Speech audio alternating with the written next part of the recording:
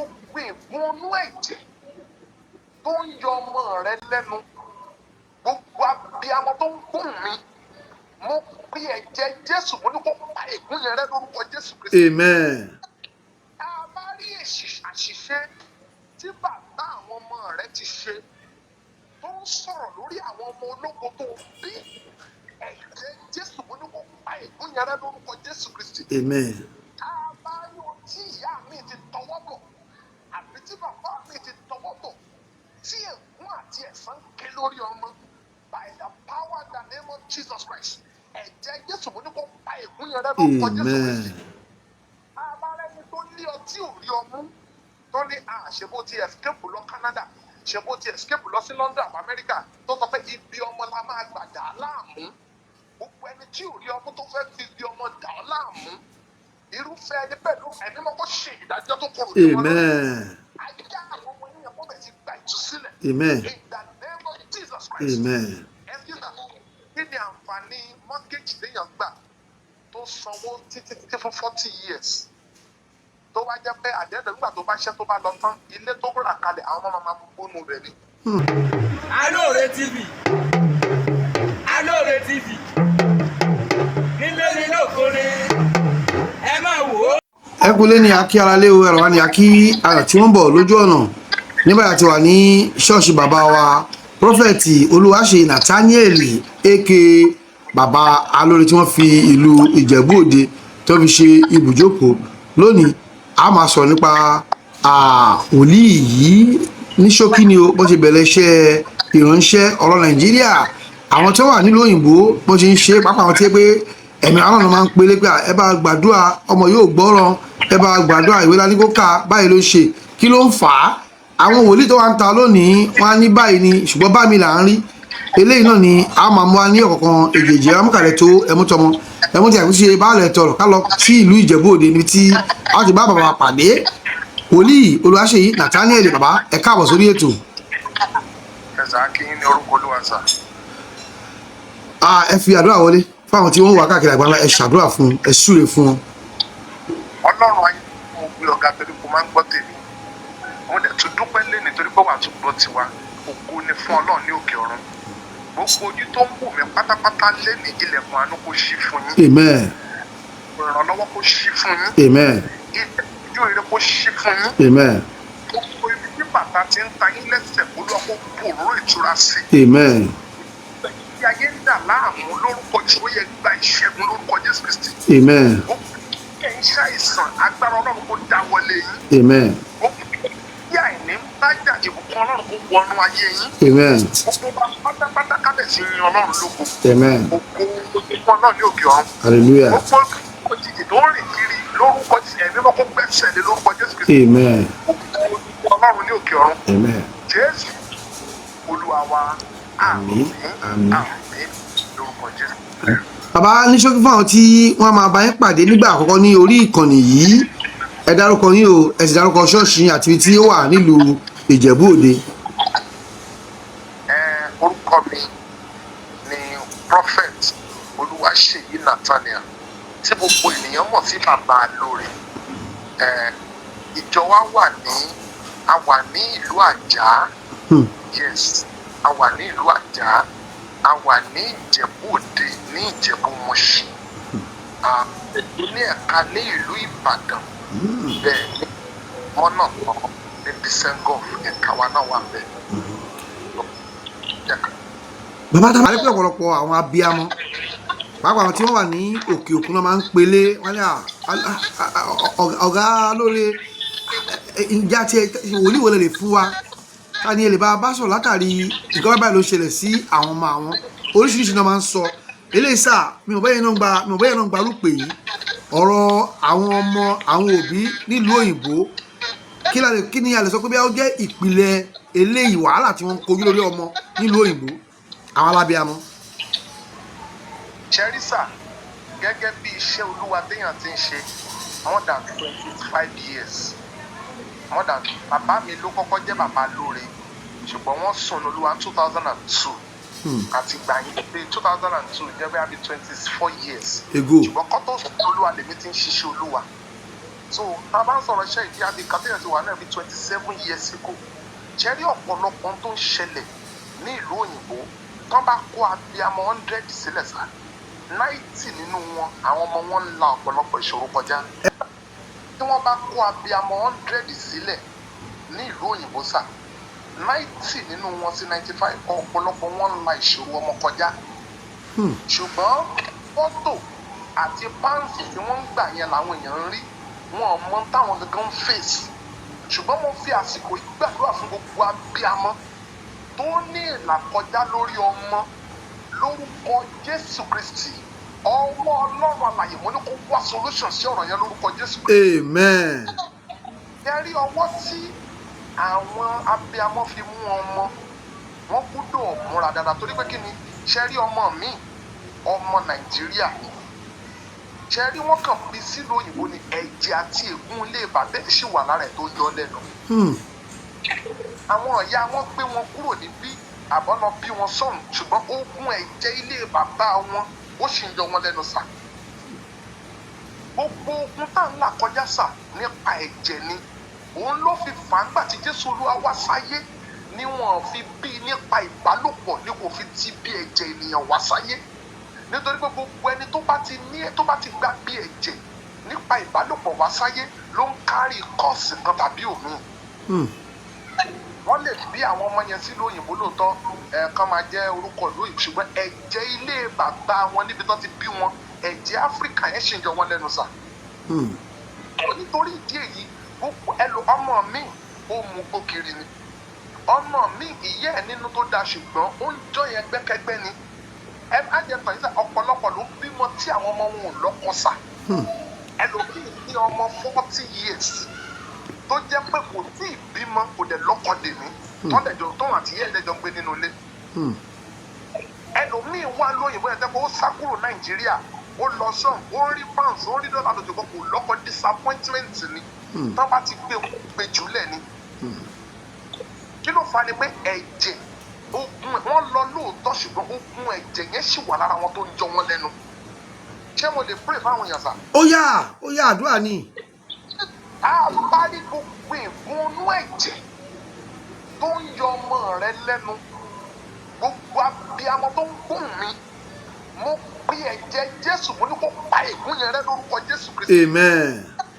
a bá rí àṣìṣe tí bàbá àwọn ọmọ rẹ ti ṣe tó ń sọ̀rọ̀ lórí àwọn ọmọ ológo tó bí ẹ̀jẹ̀ Jésù mo ní kó pa ègún yẹn rẹ lórúkọ Jésù Kristi. Amen. a bá rí ohun tí ìyá mi ti tọwọ́ bọ̀ àbí tí bàbá mi ti tọwọ́ bọ̀ tí ègún àti ẹ̀san ké lórí ọmọ by the power in the name of Jesus Christ ẹ̀jẹ̀ Jésù mo ní kó pa ègún yẹn rẹ lórúkọ Jésù Kristi. a bá rẹni tó lé ọtí ò rí ọmú tó ní ṣe bó ti escape lọ Canada ṣe bó ti escape lọ sí London àbí America tó sọ pé ibi ọmọ la máa gbà dà á láàmú gbogbo ẹni tí ò rí ọmú tó fẹ́ fi ibi ọmọ dà á láàmú irúfẹ́ ẹni bẹ́ẹ̀ ló ẹni mọ́ kó ṣe ìdájọ́ tó kúrò ní wọn lórí ajá àwọn ọmọ yẹn kó bẹ̀ sí gba ìtúsílẹ̀ in the name of Jesus Christ. ẹ fi sà kí ni àǹfààní mortgage téèyàn gbà tó sanwó títí fún 40 years tó wá jẹ́ pé àdéhùn nígbà tó bá ṣẹ́ tó bá lọ tán ilé tó rà kalẹ̀ àwọn ọmọ máa gbogbo nù rẹ̀ ni. a bá rí gbogbo ìgúnnú ẹ̀jẹ̀ tó ń yọ ọmọ rẹ lẹ́nu gbogbo abiyamọ tó ń gún mi mo pe ẹ̀jẹ̀ Jésù mo ní kó pa ègún yẹn rẹ lórúkọ Jésù Kristi. Amen. a bá rí àṣìṣe tí bàbá àwọn ọmọ rẹ ti ṣe tó ń sọ̀rọ̀ lórí àwọn ọmọ ológo tó bí ẹ̀jẹ̀ Jésù mo ní kó pa ègún yẹn rẹ lórúkọ Jésù Kristi. Amen. a bá rí ohun tí ìyá mi ti tọwọ́ bọ̀ àbí tí bàbá mi ti tọwọ́ bọ̀ tí ègún àti ẹ̀san ké lórí ọmọ by the power in the name of Jesus Christ ẹ̀jẹ̀ Jésù mo ní kó pa ègún yẹn rẹ lórúkọ Jésù Kristi. a bá rẹni tó lé ọtí ò rí ọmú tó ní ṣe bó ti escape lọ Canada ṣe bó ti escape lọ sí London àbí America tó sọ pé ibi ọmọ la máa gbà dà á láàmú gbogbo ẹni tí ò rí ọmú tó fẹ́ fi ibi ọmọ dà á láàmú irúfẹ́ ẹni bẹ́ẹ̀ ló ẹni mọ́ kó ṣe ìdájọ́ tó kúrò ní wọn lórí ajá àwọn ọmọ yẹn kó bẹ̀ sí gba ìtúsílẹ̀ in the name of Jesus Christ. ẹ fi sà kí kí ni àǹfààní mortgage téèyàn gbà tó sanwó títí fún 40 years tó wá jẹ́ pé àdéhùn nígbà tó bá ṣẹ́ tó bá lọ tán ilé tó rà kalẹ̀ àwọn ọmọ máa mú gbónú rẹ̀ ni tó jẹ́ pé wọ́n wá ti bẹ̀ ṣe lé gangster. Kí ni owó àti fáǹsì téèyàn kójọ sà téèyàn ká ọmọ sínú ilé tí wọ́n lọ́kọ? Kí ni ọ̀pọ̀lọpọ̀ abiyamọ míì ti ṣe wàhálà àwọn àlẹ́ṣẹ́ mọ̀mọ́ wọn jẹ wọn mọ́ táwọn ọmọ bá kà táì mọ́ wọn á kàn ṣe yánmayàmá wọn á dẹ̀ lọ. Àwọn èèyàn ní Nàìjíríà wò wọ́n bí ẹni pé wọ́n láyọ̀ ṣùgbọ́n wọ́n ń sunkún nínú yàrá. Gbogbo abiyamọ tó ń sun ẹgbẹ́ ìkọ̀kọ̀ lórúkọ Jésù ẹ̀mí mọ́ kó pa yín lẹ́rìn àjò lórúkọ Jésù. So ẹ̀mí tẹ̀mí ẹ̀mí ewúrẹ́ wọ́n máa fi ń yọ àwọn ọmọ mi lẹ́nu tí wọn kì í gbọ́rọ̀. Ọmọ mi ẹ̀mí ajá ló ń yọ lẹ́nu, ẹ̀mí ajá ẹ̀mí àgbèrè ló jẹ́ bẹ́ẹ̀. Ọmọ mi ẹ̀mí ẹlẹ́dẹ̀ ló yọ lẹ́nu, ẹ̀mí tó jẹ́ pé ibi ìdọ̀tí náà ti máa rí. Ọmọ tó yẹ kí màmá kó fi màmá proud ẹ̀rí ibi nǹkan tí ò dáná ti máa rí. Mo gbàdúrà tá a bá rí ẹ̀mí kẹ́mi tó ń yọ àwọn ọmọ ológo rẹ lẹ́nu iná kó jẹ́ níyẹn rú. Tó gbogbo abiyamọ ògbódò sun àsọpara kí ni àǹfààní ilé ayé téèyàn wá téèyàn láyọ̀ lórí ọmọ nígbà téèyàn wáyé àìsàn ni lórúkọ Jésù àní wáyé asán lórúkọ Jésù. Bàbá ẹ fi nọ́mbà yín lẹ́mẹ̀ẹ́ náà ẹ ti kọ́kọ́ ẹ sáré fi nọ́mbà yín lẹ́mẹ̀ẹ́ tó láwọn tí wọ́n fẹ́ pè lórí ọ̀rọ̀ ọmọ ẹ sáré fi nọ́mbà lẹ̀ sà láàrin yẹn náà. WhatsApp nọ́mbà lélẹ̀ WhatsApp oní 090 38 133 06 090 38 1 àti 3 mẹ́ta 133 06 wọ́n lè drop voice note tàbí kí wọ́n pè direct a ó gbàdúrà fún wọn wọ́n á dẹ̀ rí ìtúsílẹ̀ ní orúkọ Ọlọ́run. Ṣé mo ti sọ fún yín pé mo wà nínú fasting lọ́wọ́lọ́wọ́ báyìí tí mo ń gbà lọ́dọọdún? Bẹ́ẹ̀ ni ẹ sọ bẹ́ẹ̀ sà ẹ sọ bẹ́ẹ̀ sà.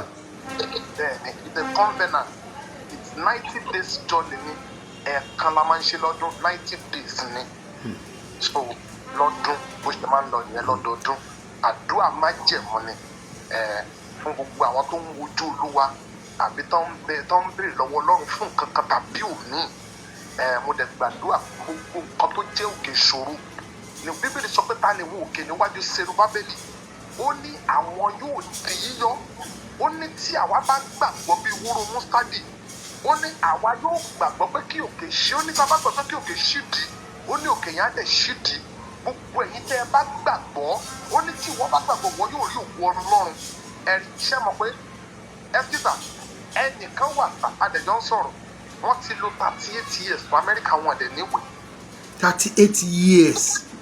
Mo fi ẹ̀mí mọ́ àwọn ọmọ tí wọ́n bí níwèé bọ̀ màmá yẹn gùn níwèé wọ́n máa ń ṣọ́ọ̀kù láti rí ìwé yẹn gbà tí ìbá ṣe àdúrà tí orí ọ̀fẹ́ Ọlọ́run ìwé yẹn ò ní jáde for 38 years wọn ò níwèé kankan.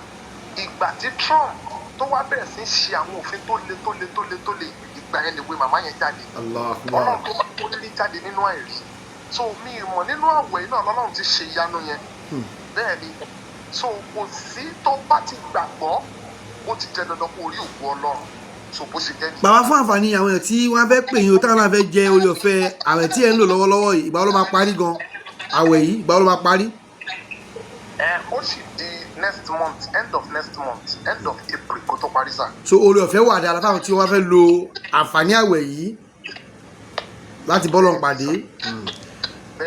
Ohun tí a tún máa ń gbọ́ ni pé wọ́n ní tí èèyàn bá ti kọjá sókè òkun àwọn tí wọ́n máa ń tafa burú àwọn tó máa ń nawọ́ burúkú síyàn wọ́n ní iṣẹ́ ibi yìí kò kí ń lè forí omi kọjá. Ohun táwa ń gbọ́ nìyẹn àbí kò rí bẹ́ẹ̀ ni sà.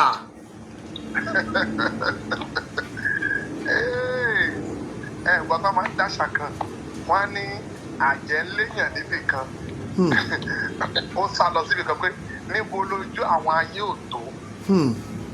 Ókè ẹ jẹ́ kí n fún yín ní sáǹsì kan àwọn méjì jọ ń ágìsà wípé èmi ni mo lọ́mọ èmi kọ́ ni mo lọ́mọ ẹ bí lópe máa yẹn nílùú òyìnbó náà ti jọ jiyàn máa yẹn dẹ̀ padà wá sí Nàìjíríà pé òun fẹ́ gbọ́mọ wá ìyàwó ní ọ̀hún ló máa wà ọmọ yẹn ti ń ṣe dáadáa tẹ́lẹ̀ tó jẹ́ pé bọ́ọ̀lù ló ń gbá bàbá mi ní parọ́ fún yín níwájú ẹ̀mí mímọ́ ọmọ yẹn wà nínú ilé báyìí níbi tí wọ́n dè mọ́ torí pé orí ẹ̀ ti yí.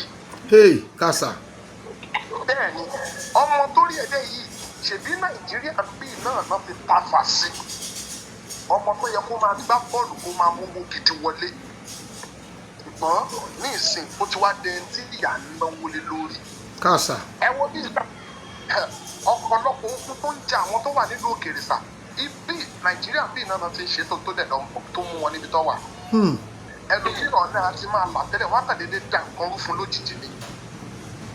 Ẹlòmíràn ti máa mówó ránṣẹ́ sílé at the end of the day nínú owó tó fi ránṣẹ́ sílé yẹn náà ni wọ́n á ti àtàkì ẹ̀ tí rẹni tó kọ́lé sà sí ìlú ìtòdẹ̀ pé wọ́n á lè ṣiṣẹ́ débi pé wọ́n á ní kì í ṣòun ló máa fẹsẹ̀ wo tó máa wọnú ilé yẹn. Kéèyàn gun orí omi jù bẹ́ẹ̀ lọ wọ́n bá ránṣẹ́ síyàn níbi bíi èyí ò dé bẹ́ẹ̀ sà àfi tí sẹ́yìn ò bá confirm lórúkọ Jésù ayé kúkú wa. Amen. Bàbá kí ká tó máa fi rọ̀ ká tó máa fi lè ṣe lọ sà mo fẹ́ kẹ́ tó fi nọ́mbà yẹn kalẹ̀ lẹ́ẹ̀kan sí ká máa fi lè ṣe lọ nọ́mbà yẹn sà. Nọ́mbà mi WhatsApp nọ́mbà